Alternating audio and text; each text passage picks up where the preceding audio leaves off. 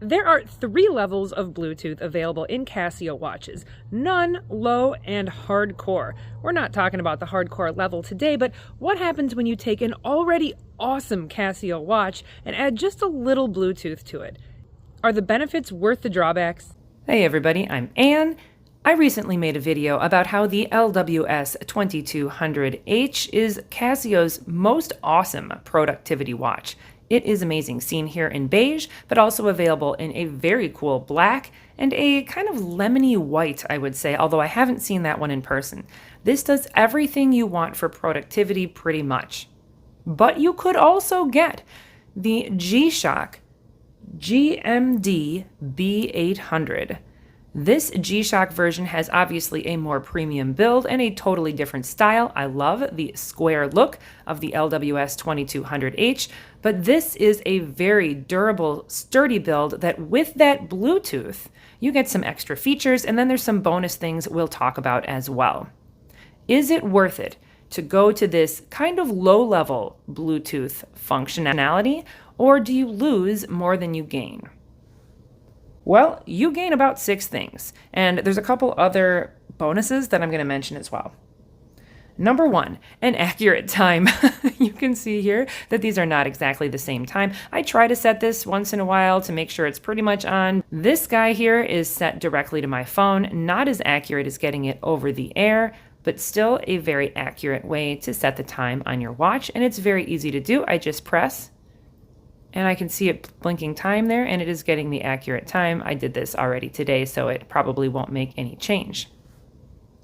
Number 2, finding your phone. Again, with this start button, I can press and hold past time, past this picture, which is where it's connecting to the watch, to where it says find. And hold on, I don't know if you're going to be able to hear this, but my phone is going to play a really obnoxious song. Oh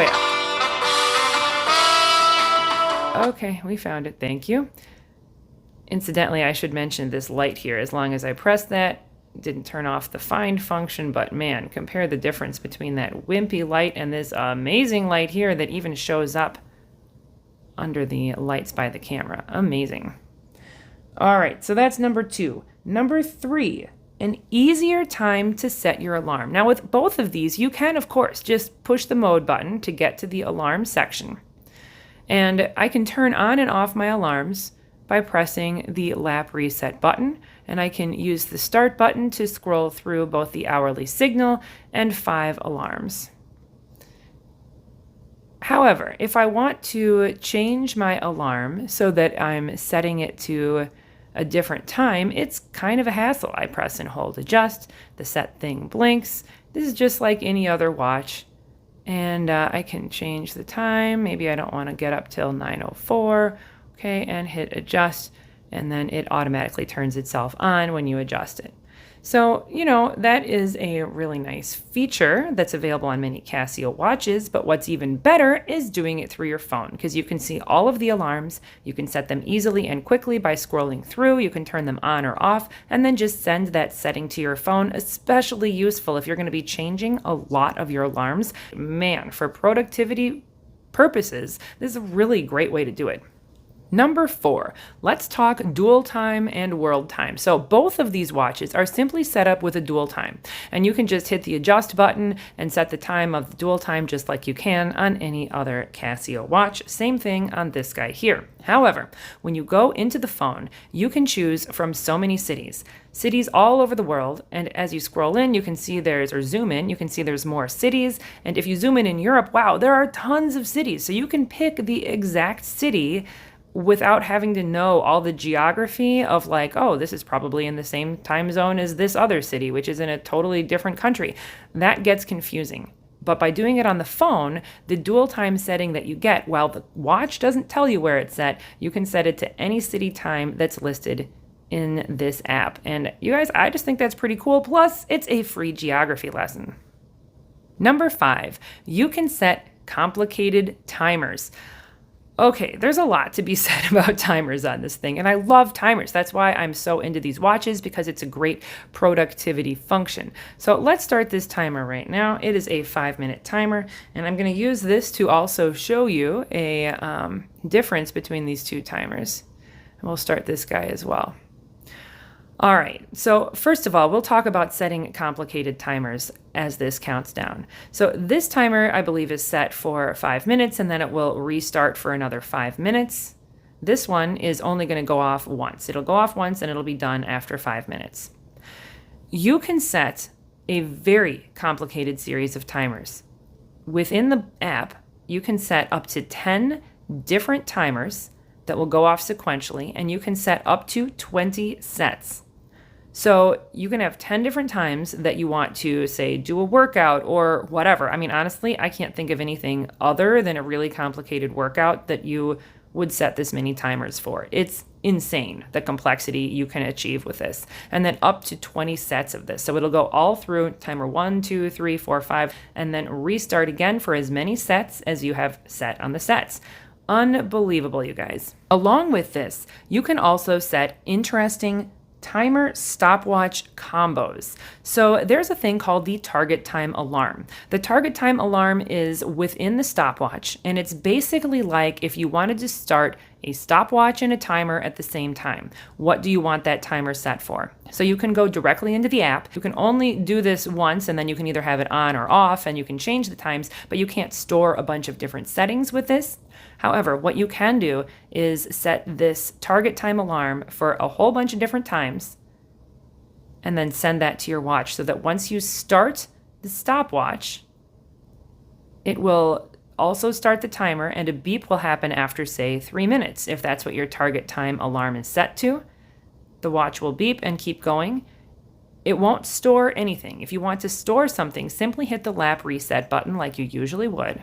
This is a very cool feature for people that need that feature. I have tried to use it many times. I want it to be a useful feature. I sometimes have used it with reasonable success, thinking that, okay, once I work in a hospital, once I go in to see this patient, I should be done with talking to them by this time and done with their treatment, say, by this time, and just trying to keep myself on track and kind of understand how much time I'm spending on something while also recording that time by hitting the lap button when I get there. It hasn't been the smoothest thing though, honestly, because it beeps a lot and it's disruptive to patient contact. And that is one thing that we will find consistently with this watch compared to this watch. The beeping is just so obnoxious. Nonetheless, for people that find that might be useful, it's not a function you have to turn on, but it's kind of cool that it's available. Now let's go back to that timer. You can set the timer to be as complicated or as simple as you want and then store that with a name. And that's really helpful for switching back and forth. For example, during the day, maybe you want to use a Pomodoro timer to keep yourself productive, but then you have a workout that you might want to use a timer for as well. No problem. Just upload the different series of timers through your phone. And then maybe at the end of the day, you have things that need to get done around the house, and maybe like me, you find having a 5-minute timer to help keep yourself on track and moving from task to task instead of getting lost is a great way to do that. No problem. Just upload that set of timers right into your watch. It is really awesome for that function. And I really, really love that about the GMD B800. Let's look at something else here too. The visual timer. On this watch over here, there is a timer that's counting down. It clears out every minute. Over here, and I'm going to turn the light on so it's easier to see, you can see we're about to clear down to almost 0, but we have nearly 30 seconds left. What is going on? This timer is counting down the entire 5 minutes. This circle up here fills up at the beginning of 5 minutes, and then it counts down. This is like a visual timer, and you can find watches and clocks with this function on Amazon. I've never used the Visual Timer Company's products, but it is very cool. Now check this out. This watch is beeping. It starts beeping at like 5 seconds, and then it counts down and resets. It's reset for another 5 minutes there, and it's continuing. You can see that the timer filled up. As this one gets to 0, now this is beeping. I can turn it off there. There you go. This waits till 5 minutes to beep. This one starts beeping at 5 seconds to 5 minutes, or 5 seconds to whatever you have the timer set for. That's fine. I don't think it's a big deal. But it's super annoying because that comes with the problem that you cannot turn off the timer. If you hit a button to make it stop beeping, it won't stop beeping. I just put my hand over it and hold it really tight so that everybody around me can't hear. You guys, that is the number one biggest drawback of the GMD B800 is that beep is just so freaking obnoxious. With this guy or almost any other watch, when it starts beeping, even if it's an auto repeat timer, you just hit some button and then it shuts up. This one just goes on, and it's awkward if you're around other people. Even if I'm at home, I feel like it's just disruptive to the other people at home. And at work, it's just crazy, you guys. This beep that won't be quiet is super annoying. This is a fitness-focused watch that is a great fitness function so that you know you have 5 seconds more to do this exercise and you can get ready to rest or move on to the next thing or whatever it is you're going to do. But you guys, it's just not a great productivity feature. And honestly, I would have bought like 20 of these. I would have bought them in every color I could find available. I would have looked at other markets to get every single color available. I would have bought negative display versions, except for that problem.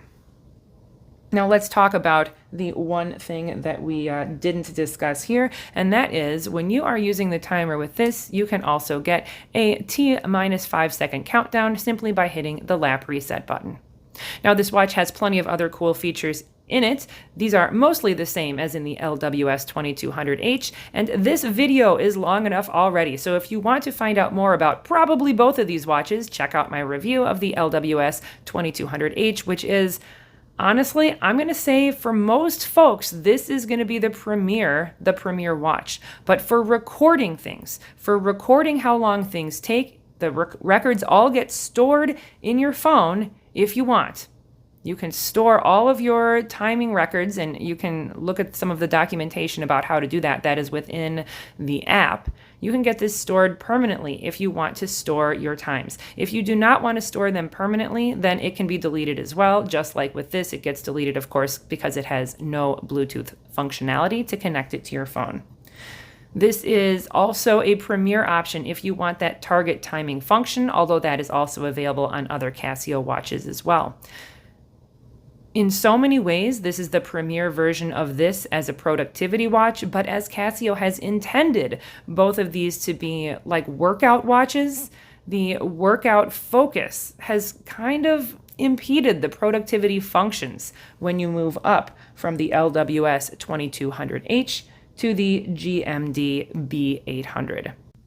Right after I finished recording, I realized that I neglected to mention what Casio would consider is the main function of both of these watches, and that is the step tracker function. You can see I haven't really been wearing either of these today. However, you can have your steps recorded by your watch. It is really a cool function. Check out my review of the LWS2200H for a little bit more details.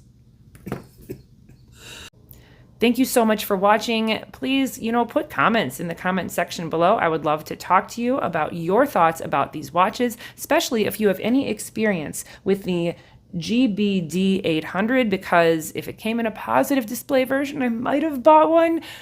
But as it is, most of them are in the negative display, except for some more expensive models that I'm just not ready to invest in. Thank you so much for watching.